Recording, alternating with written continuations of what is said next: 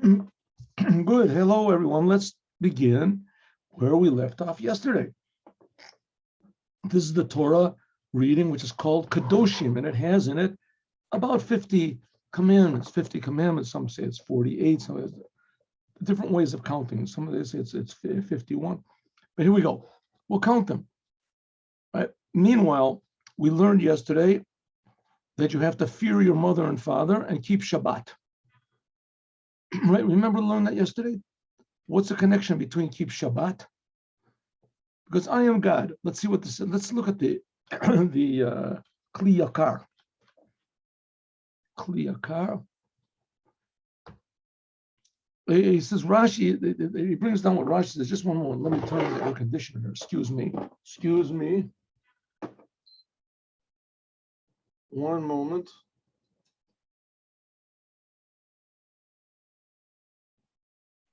One moment. Air conditions. Thank God the summer has finally arrived in Israel. I mean, thank God for everything. But this year in Israel, there was a lot of rain. Woo! Big blessing. Kinneret River is filled up. The whole world is going crazy. And in Israel, we have the worst government you could possibly imagine, and everything is working okay. Try to make every mistake possible, and it's working. Here we have the Kinneret is filled. It's a big blessing. Huh? Nothing's lacking. Okay. So here we go. So it says, honor your mother and father and keep Shabbat. So let's see. According to the reason that this commandment of honoring your mother and father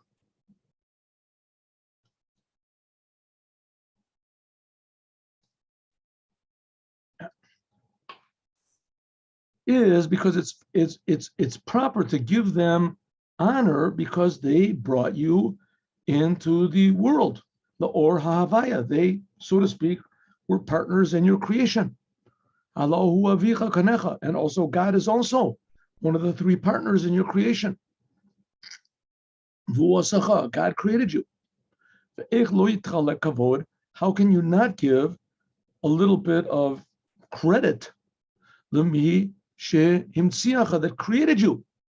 Because without God, lo haya lecha mitziut klal, you wouldn't even exist. Huh? So what is the Rabbi Ephraim Shlomo Lunchitz saying? He's saying that's a Kli Yakar. He's saying that God is a partner in your creation. He's not only a partner in your creation, but he is your creator. He's creating you. Therefore, if your father tells you, Chalel Shabbat, don't keep the Shabbat, Kadei latot belibacha, in order to latat belibacha, to put into your, to make stray your heart and think that the world is first, ubilti mechudesh, and it is not from nothing, Kadei lamin she'ein lecha shum av acher, and your father, why would your father do a thing like that? That he would have your total loyalty. Zulato. He's the one that created you. Lomar, and you can say, Kol ze lefatotcha. Lefatotcha. Shedevatel ratzon avicha shebeshemayim. Right? Your father says, listen, it says in the Bible, you're supposed to honor me, right? Finally, the Bible is making sense. Of course you have to honor me. I brought you into the world. Without me, you wouldn't even be here. So, therefore, let's go on hunting, on Shabbat. Let's go dig a hole, right? Let's go planting, work in the field on Shabbat. It's my field. You're my son. You belong to me, and I'm your only owner. You say to him, I'm sorry, but we both have an owner, and that is our Father in heaven. Therefore, and God says, I should not have any desire, and I should not listen to you if you tell me to go against him. Because he's really the father of all. In other words, if I'm supposed to do with you what your father tells you, let's start working the fields, let's start plowing and doing other things which are forbidden on Shabbat, because I'm your father. So you say, okay, if I should listen to you because you're my father and you agree, right, that you should listen to your father, so how much more so you should listen to your father. Therefore, you have to completely negate yourself and also your father's will in front of God's will. Because God is really our true father and we are honored. We have to give him honor. But if your father tells you have to do some other sin, so simple, obviously you can't do it. Not just Shabbat, but anytime. Calls a mother, this is just an example. There's your father and your mother, they are your parents, yes, and you have to give them honor. Why? Because God commanded you to give them honor. So if they tell you Shabbat to defile, you don't listen to them. But really any commandment is the same. Why did he pick Shabbat? Because Shabbat is the day that we testify that God created us. God created everything from nothing. Fourth of the 10, it's also the fourth of the 10 commandments in the 10 commandments. Because the whole thing of the Shabbat, what is the whole thing of Shabbat? That we have to believe that God renews the world. He is the Father, he is the originator of all of us. And therefore, you don't have to have a commandment to do unless im yavo lechlok al shurish. The only time you have to have a commandment is that if you might think to go against God.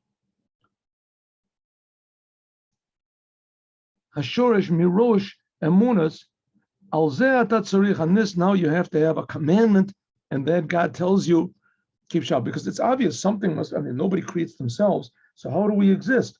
So we can say, well, nobody creates me, right? So nobody creates me whatsoever. That's false. That's against what Judaism says. And if there's no one creating me, then there's no one commanding me either. So I don't have to give honor to my parents either. Why should I give honor to them, right? I'll give honor when my parents are around. As soon as, right, they die, so then I'm the boss. That's all. I don't have to give honor. Really, you have to give honor to your parents even after they pass away. Gama Shabbat, because Shabbat also shows that you have to give honor to your parents. There are three partners in a person: father and mother and God. The reason your father and mother are partners with you, even though God really does the whole thing, is because your father and mother have free will. So because of their free will, they can decide to have relations or not. And because that's their little tiny part, and I mean, the free will is also a gift from God, but nevertheless, it is free will. That's the gift. So because they can use their free will, so God makes them full partners. Pretty interesting. Okay. Don't go after, we did this yesterday, but we'll do it quickly. Don't go after the false gods, or don't make any molten gods for yourself, or nobody should make it for you. I am God, your God. We talked about this a bit yesterday, right? When you make a sacrifice to God, this is called a shlomim, sevach shlomim. Shlomim are offerings that you eat, right? That the owner eats, and a part also goes to the kohanim, and part is burned up. That's why it's called peace offering. It makes peace between you and God. He gets a part, and the kohanim, and you get a part of the offerings. You have to eat it within 2 days. On the third day, you have to burn it. And if you eat it on the third day, pigul, then it's pigul. Okay, this is a bit misleading because it's really not pigul. Pigul is when you sacrifice the animal, when you're slaughtering it, or when you're receiving the blood, or when you're taking the blood, the kohen, whatever, takes the blood to the altar, or when he burns up the pieces on the altar, he's thinking about eating it in a late time, wrong time. Because his thought is what makes the offering not any good. And the Kli Yakar brings up that those are, the reason he brings this thing of pigul is because there's only two things that can be negated by thought. There's only two times. There's no sin in Judaism to think bad thoughts. To think bad thoughts. Of course, it's not according to Judaism. We learned kadoshim to you. The first thing we learned over here that a person has to have proper intention and etc. But it's not, and that's a general principle. It's not an actual commandment. There's only two things that can be defiled by bad thoughts, and that is sacrifices. If you make the sacrifice with the thought to eat it in the wrong time or in the wrong place, pigul, then that's, especially the wrong time, that's called pigul, and it's forbidden. Also, idolatry. If you do things with the thought of idolatry, for instance, if you slaughter a chicken in your house, right? And the person who's slaughtering it, he slaughters the chicken for the name of the church or whatever. So that disqualifies the slaughtering. Disqualifies it. Only those two things: idolatry and sacrifices. It's also, you're not supposed to stray after. That's in Shema. We'll learn that later. You're not allowed to even think about worshiping other idols or gods or whatever. Okay, let's do some of the commandments here. This is what we got up to yesterday. When you cut the produce of your land, this is only for Israeli farmers. You have to leave the corners of your field. You shouldn't finish the corners. The leket kitzurcha, and also the leket. Leket are the grains of sheaths, whatever, of wheat that you forgot to gather up. There's leket. There's also shichcha that you didn't gather up, as you should leave them. Don't gather them. Don't go back and pick them up. Why not? Why not go back and pick them up? Another thing, lekarmecha, if you have a vineyard, lo ta'olel, you shouldn't pick all of the grapes. Upirit karmecha, and some of the like small grapes, lo talaket, don't gather them up. All these things we said before, and there's qualifications, what it means, the small ones and which ones you have to leave. Says which ones you have to leave. You have to leave them for the poor people and for the convert. You leave them. Ani Hashem Elokeichem, and I am the one. I am your God. I am your God. Okay, the reason for the ani, for the ger, is because these people are, one is poor, one has no family. A convert doesn't have any family. So these people, you have to have mercy on them and leave for them, in addition to giving charity, of course, but also in the time of the harvest of the feet, of the harvest of the wheat, how that word came out, I don't know. That wheat harvest and the grape harvest, you have to leave certain pieces, the corners of your field, and etc. You have to leave them behind, so that we're going to look into the book Shalom Herschel. We're going to look into the commandments in just a moment. Okay, now we're leaving the agricultural laws. Ready? Lo tignovu, don't steal. Lo techachashu, don't deny debts that you have. Lo teshakru, do not lie. Do not lie, say falsehoods, each mamito, one person to another. Rashi, lo tignovo, do not steal. Hey, we already learned that in the 10 Commandments, didn't we? It says, no, this is a commandment not to steal money. Of a lo tignov, but that what it says, don't steal in the 10 Commandments, that's talking about kidnapping. How do we know that? Dover al minyano. Because all of the 10 Commandments are talking about crimes that could bring to a death penalty. It's a thing which is punishable by death. Stealing money is not punishable by death.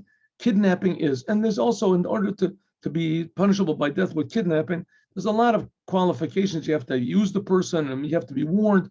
All death penalties in Judaism, the person has to be warned. He has to be properly warned. We'll see what it means to be properly warned. And he has to immediately, after the warning, he has to do the sin in front of 2 witnesses.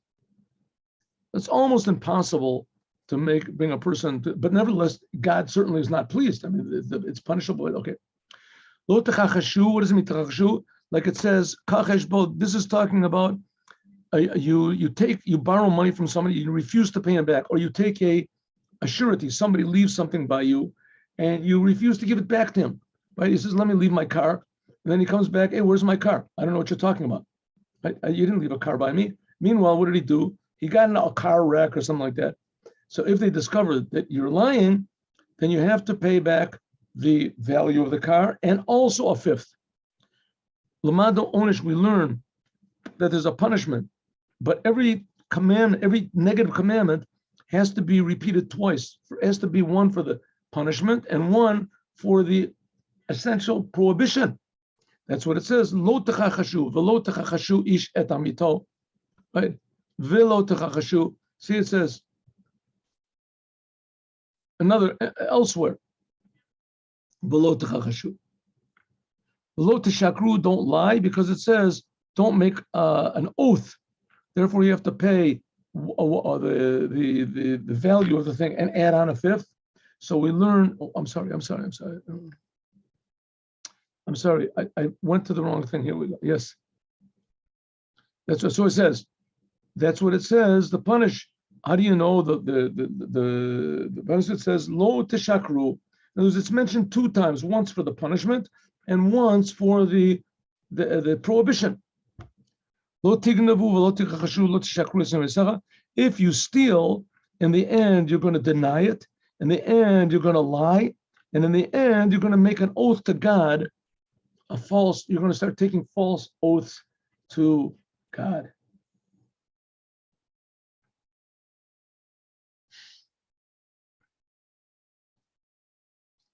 Don't make an oath in my name falsely. And you profane the name of God. I am God. Very, very common. This is very relevant to us now.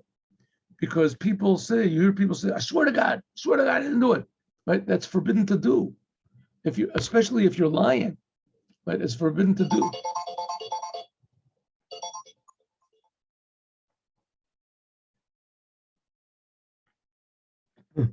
Here it says, Lamonam, why does it say? Because it says, you're not allowed to take the name of God in vain. The third of the 10 commandments.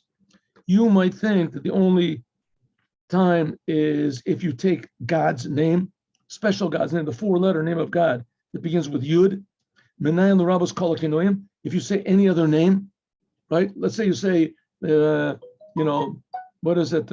Like I swear to God, or mon Dieu, my God, or whatever it is, how you say it in Spanish, any other language. It says Lo tishavu b'shem sheker, any name that I've got.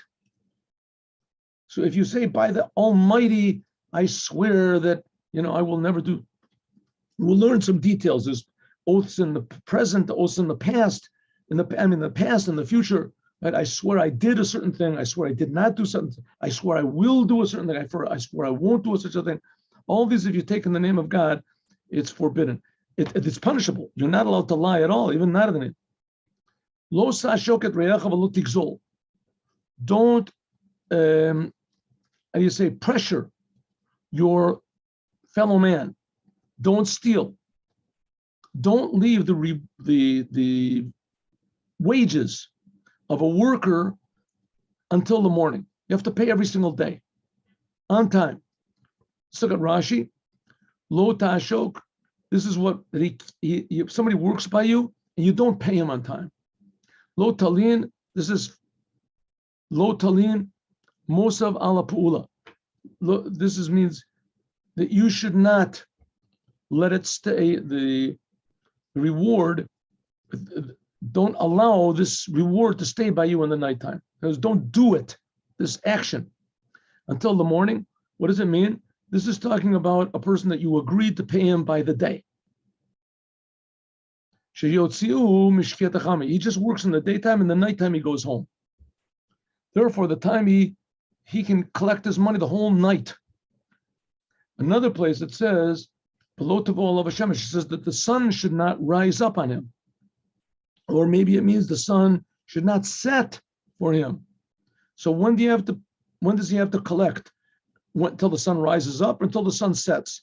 If he works for you in the daytime, you have to pay him that next night sometime before the sun comes up. If he works for in the night, then you have to pay him the next day before the sun sets. Therefore, Zman Gibu Etzcharo is Kol Hayom. But he finishes working when the sun comes up. Therefore, you have the next 12 hours to pay him. The Torah gives the time to pay. And generally, you have to pay on time. It's a command from the Torah. Here we have a couple of interesting ones. Lo tekalel cheresh. Do not curse a deaf person. What about a person that can hear? It's okay. Curse him. We'll see. Lifnei iver lo titein michshol. In front of a blind person, don't put, how do they call it in English? A stumbling block. Right? You see a blind person walking on the street, don't stick out your foot in front of him and trip him. I mean, that's pretty weird commandment. I mean, of course, anybody knows not to do that. We'll see. It doesn't mean, it means much more than this. You should have fear for God. I am God. What does this mean? Don't curse a deaf person. The Torah says don't curse a deaf person. How can I know that I shouldn't curse anybody? Another place it says, it says you should not curse anyone in your people. If so, why does it say over here, don't curse a deaf person? It already says don't curse anybody. So, I mean, the deaf person are also people. A deaf person, he's alive. A person who's dead, he's not called deaf. This excludes a dead person. If you're not allowed to curse a dead person, a person that's already dead, you're not allowed to curse him. But if you do, it's not punishable. Not punishable. Which is not the case. Anyone who is alive, even if he's deaf, yeah, I mean, the person is deaf. He can't hear you cursing him, right? You're saying bad things about him. He doesn't know what you're doing. You smile, a big smile on your face, and say, I hope you drop dead. I hope this, right? So he doesn't know you're saying something bad. Let's say cover your mouth up. Nowadays, everybody has masks over their face. And in front of a blind person, don't put a stumbling block. What does it mean? Not just blind people, it's forbidden. It means a person who is blind in a certain topic. Don't give him advice. Right? He doesn't know anything about buying cars. And you tell him, oh, this is a really good car, a used car salesman. This is a really good car. It says a perfect engine. You'll see, never was driven. I got him a special, and you're lying. It's not so. You're giving him bad advice. Don't say sell your field, and buy yourself instead of a field, take the money and buy 10 donkeys with it. But no tell us, and then you put the saddle on it, on the donkey, and you ride it away from him. You take it from him. But why shouldn't you do this? You should be afraid of God. Nobody knows nobody knows what really your intention was. If it was this person trusted you, right, and you gave him bad advice, maybe you can say, oh, listen, I made a mistake. Or maybe you really didn't make a mistake. You intentionally tricked the person. The only person that knows is you and God. You might think that you can get away with it and say, listen, I intended for the good. I didn't know that the market would fall. Therefore, Nehemiah says, you have to fear for God. God knows what you're thinking. God knows what you're thinking. Can call Davar and everything that which is given to the heart of a person that does it. Right? God knows what's happening, how you can fool people. It's very easy to fool people. I've seen it happen a lot of times. People like to have friends, people like to be able to trust people, and you get close to somebody and you become a big friend with them, and you start giving them advice and you help them out, and it's only to trick the person. No one else knows what this person's intention is. It says, don't worry about it. God knows what's going on, and he will take care of it.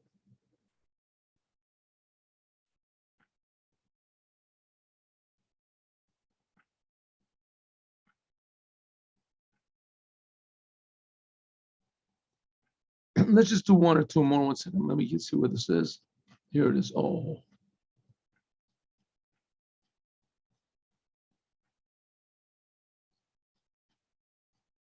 Yeah. Okay, let's do this. There's three more. Famous one I want to get to. Ready? Lo sisne asachicha. I'm sorry, skipped one. Lo sase aval b'mishpat. Do not judge improperly. Lo sate sita penei dal. Oh, I'm sorry. Lo sisa penei dal.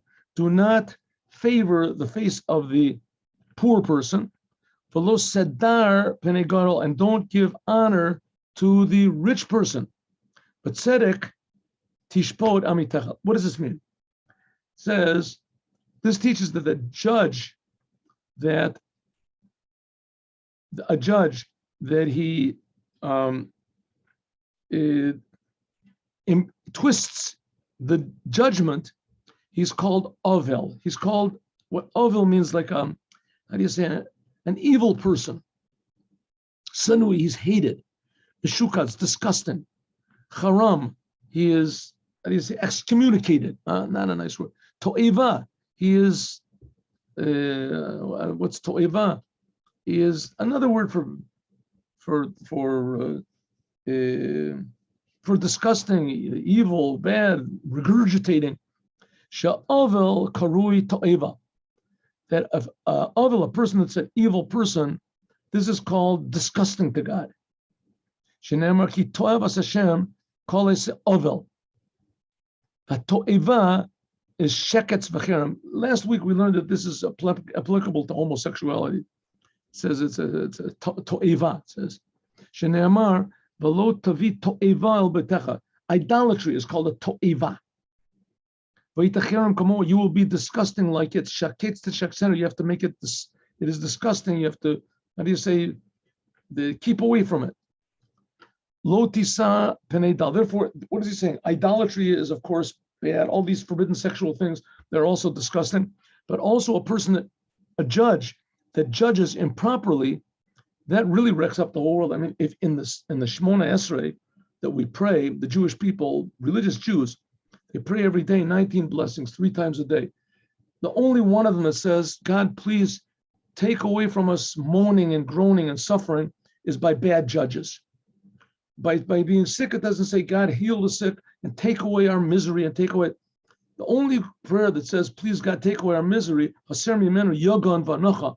take away from us misery and groaning, is by bad judges.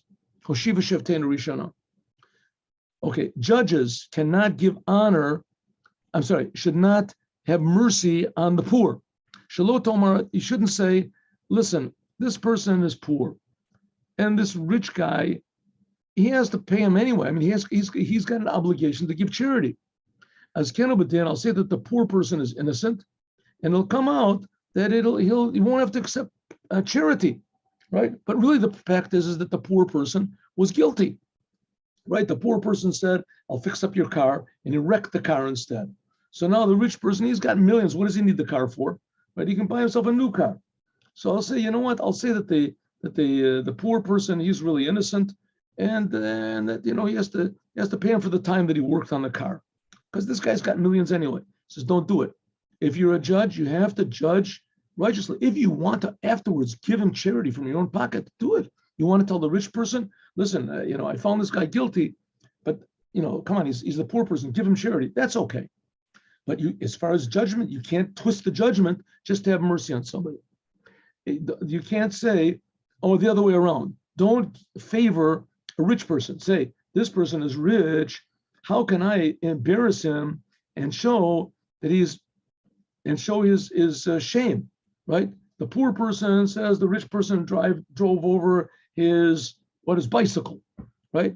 And the rich person says, leave me alone. What are you talking about? I didn't drive over your bicycle. I could care less about your bicycle. But the fact is he's guilty. He's guilty. So you can say listen, how can I embarrass this big rich guy and say he's guilty? No. That not only that, he's denying, I'm going to say that he lied in court. Therefore it says, lo tedar b'nei gadol. Doesn't make any difference how the person, you just look at 2 things. What is the case and what does God say about it? But tzedek tishpot amitecha, that's what it means. It says, dan es chavero lekav sahud. This is speaking about judgment, But this is, some people say this is just talking about day-to-day life. But tzedek tishpor amitecha. If you ever see somebody doing something wrong, try to learn excuses about him. And we're going to see in a moment, that's the whole thing of loving your neighbor as yourself. Loving yourself. What does it mean, love your neighbor as yourself? It means that just why you always find excuses for yourself, whatever you do, that you, if you make mistakes, say, listen, it was just a little mistake. You did a sin. What can I do? I had wasn't in a good mood. The same way do to other people. You see another person that does a sin, listen, probably it was just a mistake, probably wasn't in a good mood. Always judge a person l'kaf zechut, for the side of merit. Don't go rechil b'amecha. Oh, big commandment. Rashi has a lot to say about this. Rechil means that you're not supposed to go around as like a rochel, as a traveling salesman. There's people that they say gossip. And here it even means more than just gossip. This is damaging speech, what they call lashon hora. It says don't say negative things, damaging things about people. Lo tamod al dam recha, and do not stand on the blood of your friend. Now, some people say this is talking about two different things. Don't stand on the blood of your friend. Here it says that if you see someone is in danger and you can save him, for instance, somebody who's drowning in a sea, or animals or whatever are coming on him, and you can save him, don't say, listen, I'll take a little bit of time, I'll think about it. Why should I get myself wet? It says, I am God. Ani Hashem. I am God. If you help him, I'll pay the reward. Like it says, and if you don't help him, don't help the person, as I also know how to punish, says God.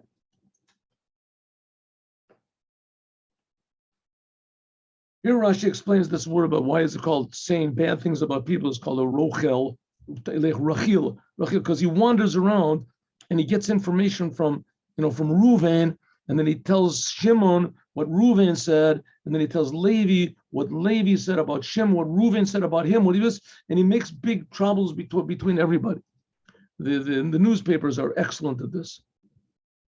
That's very exciting. More exciting to make war than to make peace. Don't hate your brother in your heart, but rather you should reprove him. It says, what does it mean? Lo talbin et panav. You should not hate somebody in your heart. If you hate another person, you should go and tell him. I think you did a sin. I think you did something wrong. Right? If you just hate the person in your heart, you don't say anything to him about it, then that's called a sin. Because you're sure, why? Because if you see somebody's really doing something wrong, is you have to reprove him. You have to reprove him. Maybe you're wrong, right? You could say, listen, you stole money from me. The person says, I don't know what you're talking about. I didn't steal any money. I don't know what you're talking about. You steal money. Well, you took $1,000 from me. You promised me that you would give it back, and you didn't pay it back. It says, that's not so. You owe me the $1,000. Don't you remember? Oh, yeah. I guess you're right. That's right. I had a debt. Yeah. Remember, meanwhile, you go through your whole life hating this person because you didn't come out upfront with him. Or the person would say, I owe you $1,000. What are you talking about? You took $1,000 loan from me. And you didn't pay it back. Says, wow, you're right. Oh, you're right. I really made a big mistake. I should pay you back. You're right. I forgot all about it. It could be the guy really did forget about it. It could be that he's just not a crooked person. And if you keep remembering him, at least he'll give you money back. You don't have to hate him anymore because he takes your money. In other words, you have to come out with it. Don't keep in your levavachas. Don't hate him in your heart. You have to reprove him. But when you do reprove him, don't do it in public. Don't pound on the table in the middle of the synagogue and say, Shmerel owes me $1,000 and he refuses to pay me back. I just wanted everybody to know, have a good day. Don't do that. Right? Take him aside, talk to him quietly in a pleasant way, etc. But tell him what sins that he did. Okay. I don't know if we're going to have much time. Here we go. Lo takum v'lo titor et b'nei amecha, to another Jew. By the way, stealing, we have over here stealing. It's forbidden to steal from a non-Jew also. Let's see if we can get to this. I didn't think it would take so much time, but okay. Lo takom v'lo titor. Don't take vengeance. Takom, don't take vengeance. V'lo titor, and don't have a grudge. You have to love your neighbor as yourself. Let's look at this, what Rashi says. Lo takum, don't take vengeance. For instance, your next door neighbor says, you go to your next door neighbor and say, listen, do me a favor, I need a shovel. Quick, if you got a shovel, Omer Lo, he says, I have a shovel and I'm not giving it to you. The matter, the next day, Omer Lo, he comes to you and says, hey, can you loan me your shovel? Omer Lo, what are you talking about? Yesterday I asked you to give me a shovel and you refused. You see how it feels. I'm not going to give you a shovel. Right? That's called revenge. Omer Lo, any Mishalcha, I'm not going to give you a shovel, just like you didn't give me one yesterday. This is called revenge, and it's forbidden. Ezo Natira, what does it mean, bearing a grudge? Omer Lo, your neighbor comes to me, you come to your neighbor and you say, please give me your shovel. And he says, no, I'm not going to give you a shovel. The next day he comes over to your house, same scenario, and he says, will you loan me a shovel? You say back to him, I'll give you a shovel. I'm not like you, right? You are a disgusting person. You didn't loan it to me, but I am, in other words, you keep it in your heart. You're bearing a grudge. That's called natira. Shenoter eva, that he has hatred in his heart because even though that he doesn't take vengeance on him, but he holds in his heart, you're not supposed to. And love your neighbor as yourself. Rabbi Akiva said, this is a klal gadol b'Torah. I want to tell you a short story about this. And my wife has a good friend, and her grandchildren were over at her house, or she was visiting them. And one of them was like 3 and the other one was 4 or something. And they were fighting over a bicycle. And the older one just snatched the bicycle away, snatched it away from the young one, and he took it away. And the young one said, I'm going to get you one day. I am going to get you. You're going to see. I'm going to do something to it. So his grandmother said to him, you can't do that. So what can I do? What do you mean? He says, that's revenge. He says, sure, it's revenge. I'm going to get him. I'm going to see it. Nakama, it's called nakam. Takum, nakama, right? Takum. I'm going to take revenge. I'm going to get him. He says, you can't do that. It's forbidden. So the little kid, the 3-year-old, said, what does it say it's forbidden? Who says it's forbidden? It says in the Torah, you're not allowed to take revenge. Not only that, you're not even supposed to bear a grudge. So the little kid went away, 3-year-old kid went away. After about 10 minutes later, he came back to his grandmother and he said, Grandma, the Torah is really hard, right? In other words, all the 10 minutes he was battling with himself. I'm going to get him. I'm going to get him. And thinks, no, the Torah says I shouldn't do it. But I'm going to get him. He can't. No, but the Torah says I shouldn't do it. Well, I'm going to show him. No, the Torah says he shouldn't do it. He's got justly, right? He was, how do you say, he was damaged. The kid took away his bicycle. I'm going to get him back. And I'm going to do something back to him. To take the bicycle back, you can take it back. No doubt about it. You don't have to let him take it away. But on the other hand, you can't do it with hatred and this for another Jew. That's what he's saying. And you should love your neighbor as yourself. Says Rabbi Akiva, this is a klal gadol b'Torah. This is a general principle in the Torah that you have to love your neighbor as yourself. And this means several things. One main thing that it means is that you're supposed to, just the same way you make excuses for yourself all the time, as you have to make excuses for others. That's what Hillel was asked the same question. And he said, what's not good to you, don't do to others. How do they say it in English? Do unto others as you would have them do unto you. Do unto others as you would have them do unto you. But that's pretty vague. I mean, that's pretty vague. I mean, let's say a person, he likes to fight. Right? I used to know people like that. They like to fight. They would go down to bars, purposely get drunk and get into fights. They loved it. Get their teeth knocked out, knock out somebody else's teeth. So if you would like to get into fights, that means, you don't mind getting punched. You can punch other people also, right? What's not good to you, don't. But it is good to me to get punched, so I can punch up. So it's very vague.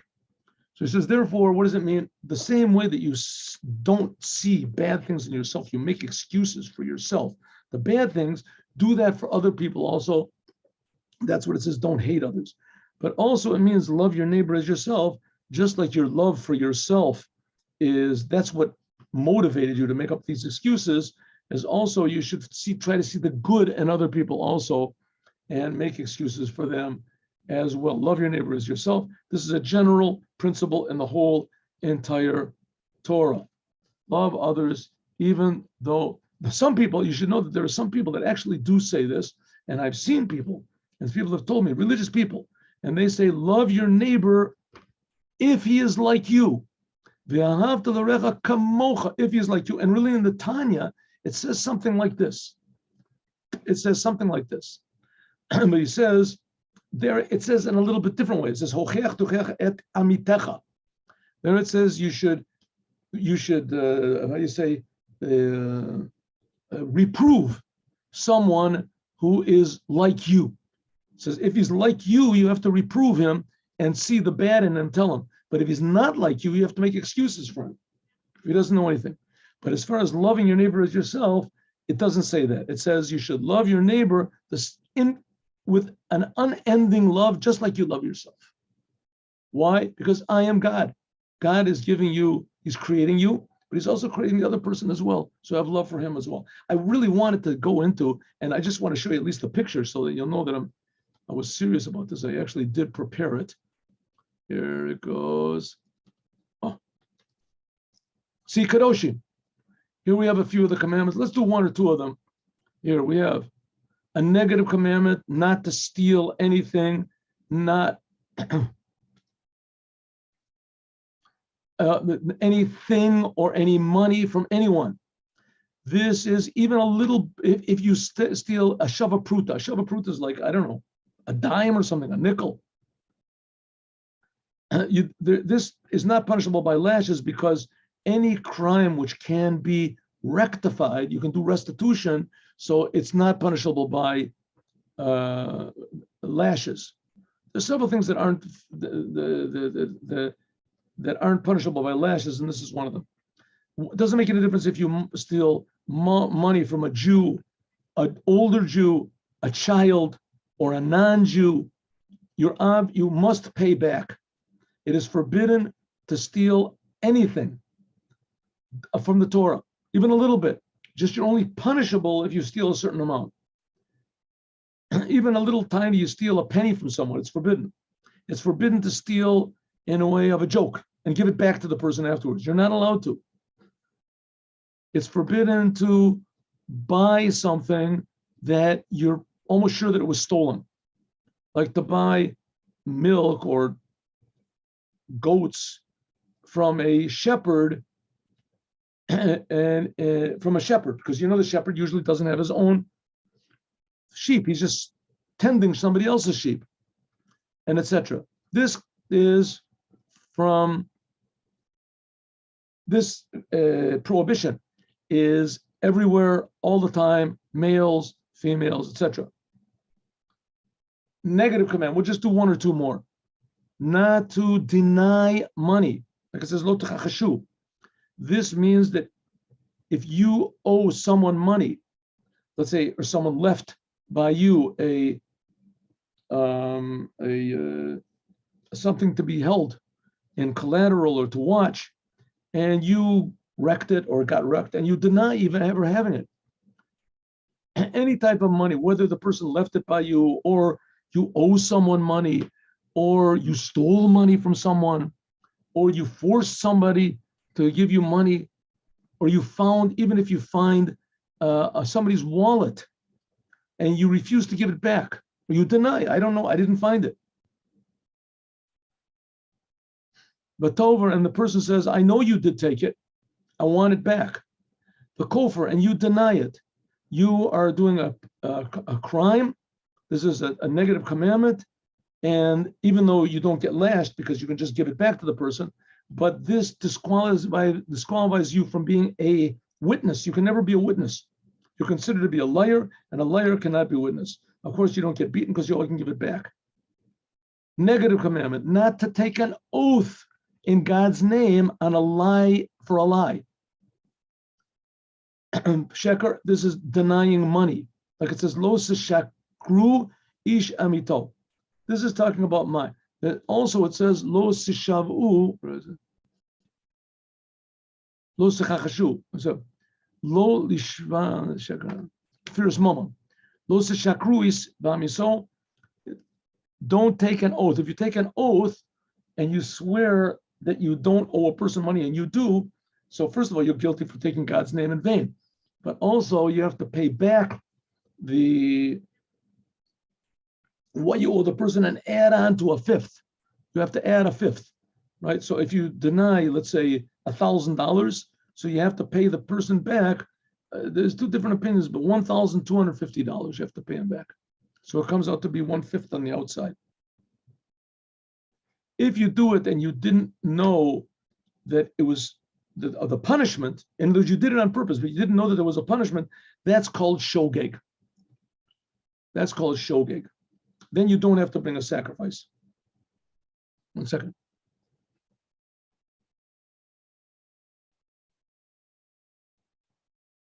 I'm sorry. Well, so let's look at this. One who claims from the other, even a little bit, 5 cents. And if somebody says, Bolton, you owe me 5 cents. And if I admit it, I'll have to pay him back. And I say, I don't owe you anything.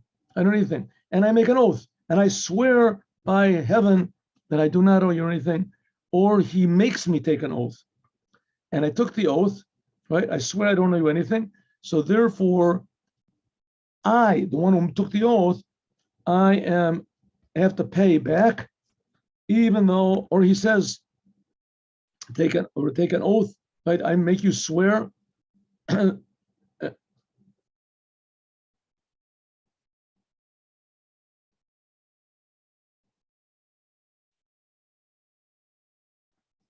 Overwrite.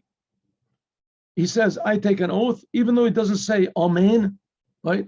There says that's called a shvuas, a pikadon. I swear I do not owe you anything. I have to pay back 6 cents back to the person. And I also have to bring a sacrifice to the Holy Temple. Now there's no temple. That's called an Asham Gazela. Whether I do it in ignorance or on purpose. What does it mean, ignorance? Ignorance means that I didn't know that I have to bring a sacrifice or not. But I knew that it was forbidden to take an oath, but I didn't know there was a sacrifice. And I'm lying that I take it. Therefore, I have to bring a sacrifice, whether it was by accident or on purpose. I made this oath.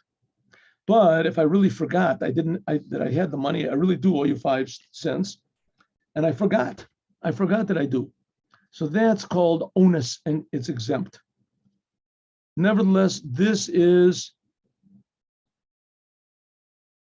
if the person makes an oath, then he gets beaten for it. Because v'lokein alav shakatav hotziu miklal malchus, because he makes an asham, because he swore, he took an oath, and the oath he did on purpose. Right? The oath is a thing that is punishable. A person that this is also, in fact, this is 2 sins. Lo tishavu b'shmi l'sheker. You're not allowed to take God's name in vain, which that's going to be the next thing we're going to talk about, right? Okay, there's details about this. This, if what you're denying is ground real estate or servants or deeds, right? A check. So then the law is a bit different, which we're going to talk about next time. Okay, have a good day with Mashiach. Now, I wanted to do more of this, but I see there's a lot of material here. So tomorrow, God willing, we'll go further in this mitzvot Hashem. Shalom uvracha.